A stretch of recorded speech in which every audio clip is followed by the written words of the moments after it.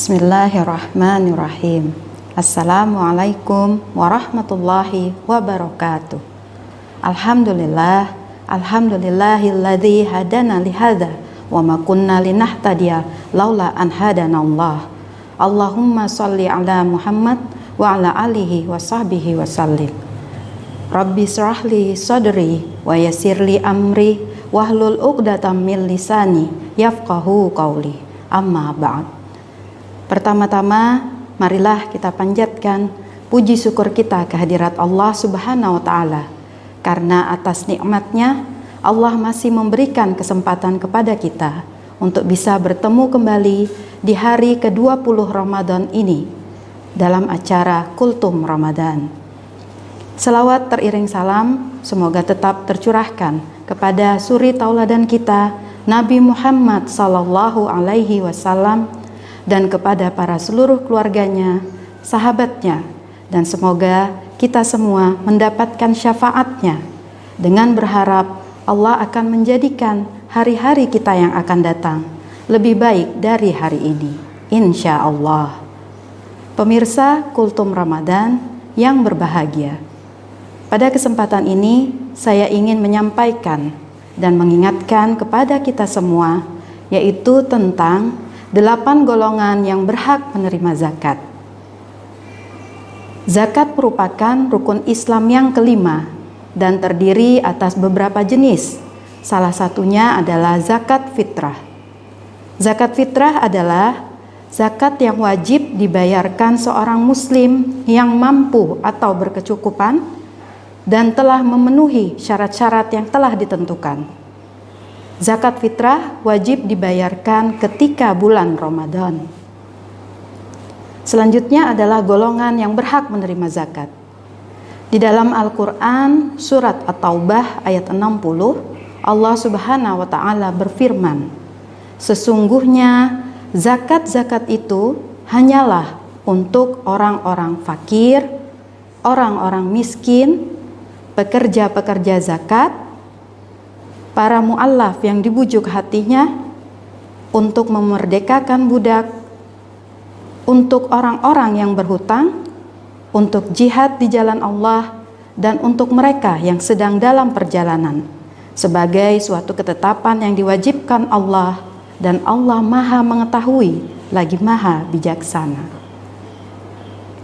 Dari ayat tadi, 8 golongan tadi merupakan ahli zakat, dan para ulama juga telah bersepakat tidak akan memberikan zakat kecuali terhadap 8 golongan tadi. Berikut penjelasan singkat tentang 8 golongan tersebut. Yang pertama adalah golongan fakir. Fakir adalah golongan yang memiliki sebagian atau sama sekali tidak memiliki kifayah. Kifayah yaitu sesuatu yang dapat mencukupi kehidupannya. Seorang yang fakir lebih membutuhkan daripada seorang yang miskin. Untuk itulah Allah menjadikan golongan ini sebagai golongan yang pertama.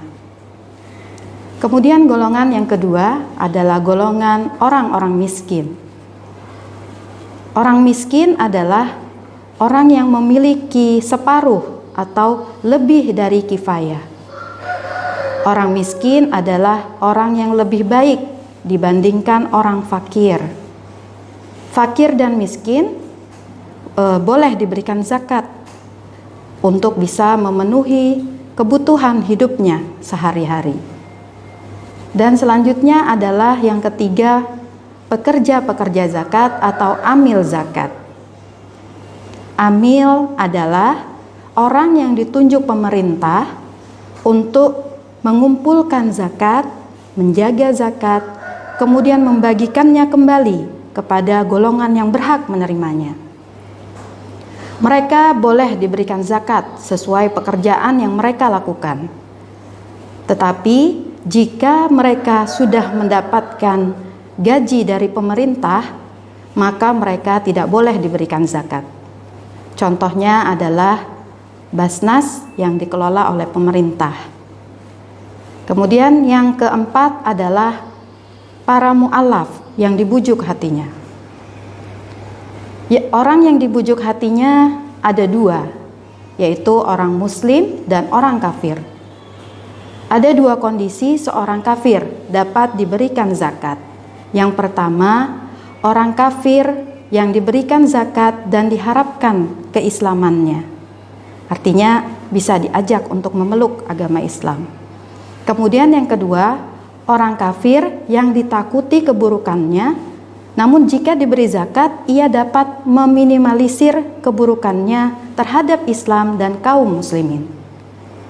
Selanjutnya, untuk seorang muslim dapat diberi zakat apabila seorang muslim yang lemah imannya, sehingga jika diberi zakat, ia dapat meningkatkan keimanannya. Atau seorang muslim yang jika diberi zakat, ia dapat mengislamkan orang lain, atau dia memiliki pengikut atau kaumnya. Diharapkan dengan diberi zakat, ia bisa mengajak pengikutnya untuk memeluk agama Islam. Selanjutnya yang kelima, untuk memerdekakan budak atau riqab.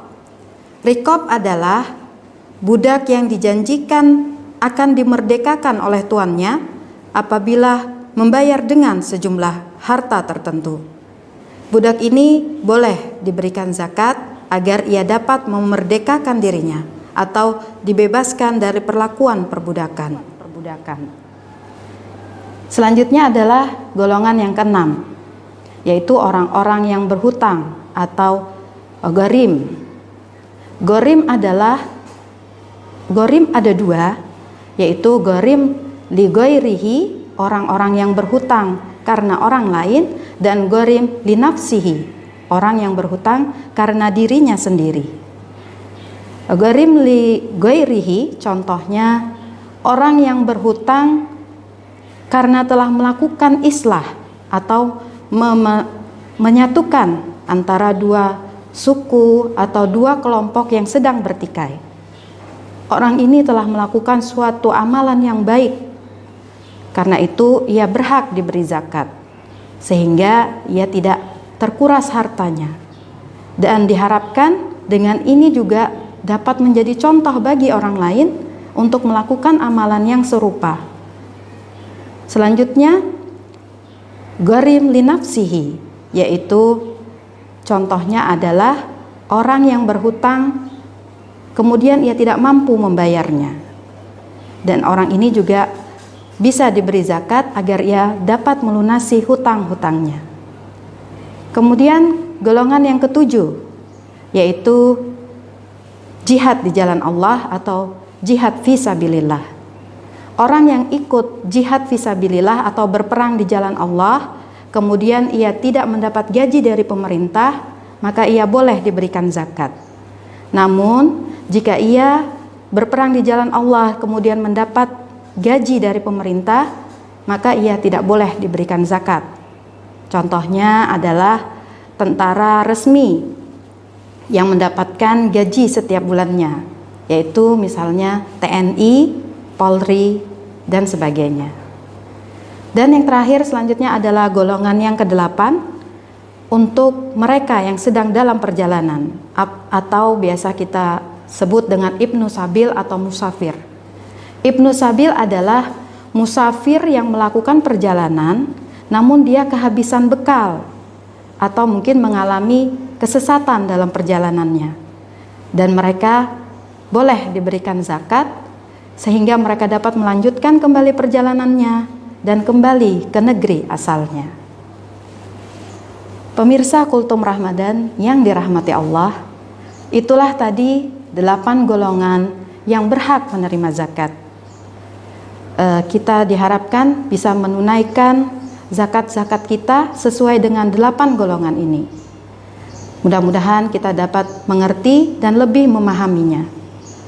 Semoga kita juga dapat meningkatkan amal ibadah kita, khususnya di 10 hari Ramadan terakhir Ramadan ini, dengan meningkatkan amal ibadah kita, menunaikan kewajiban-kewajiban kita, dan menyalurkan zakat-zakat kita secara tepat dan benar kepada orang yang lebih membutuhkan, sehingga lebih bermanfaat dan berpahala di sisi Allah Subhanahu wa Ta'ala.